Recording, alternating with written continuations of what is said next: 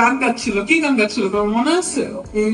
এইটা একটা ব্রিজ দিয়ে আসলো। বুশরা আফরিন, যিনি আওয়ামী লীগের চিফ হিট অফিসার, জনমনে গুঞ্জন রয়েছে তিনি ছাত্রলীগ যুবলীগের হিটিং অফিসার হিসেবে কাজ করতেন। বুশরা আফরিনের বেতন ছিল 8 লক্ষ টাকা। এশিয়া মহাদেশের বড় বড় রাষ্ট্রগুলোতেও প্রয়োজন হয়নি হিট অফিসার, কিন্তু বাংলাদেশের মতো একটি ছোট্ট রাষ্ট্রতে কেন হিট অফিসারের প্রয়োজন? এর কারণ হলো আওয়ামী লীগের টাকা চুরি করার অবৈধ পান্থাকে বৈধ করার উপায়। বুশরা আফরিন ঢাকা উত্তর সিটি কর্পোরেশনের ডিএনসির মেয়র আতিকুল ইসলামের মেয়ে। মেয়র আতিকুল ইসলাম স্বৈরাচারী শেখ হাসিনার রাতের আধারের মেয়র ছিলেন। বিদেশে হাজার হাজার কোটি টাকা পাচার করেছিলেন তার বাবা, তাই তার মেয়েকে দেশে এনে তথাকথিত চিফ হিট অফিসার বানিয়ে বেতন দিয়েছেন 8 লক্ষ টাকা। হিট কমানোর নামে বেনামে শত শত প্রজেক্ট লঞ্চ করিয়ে কয়েক হাজার কোটি টাকা কামিয়ে নিয়েছেন মেয়র আতিক এবং তার মেয়ে বুশরা আফরিন। স্বৈরাচারী শেখ হাসিনার সময় এর প্রতিবাদ করতে গিয়ে সমালোচনার মুখে পড়েছিলেন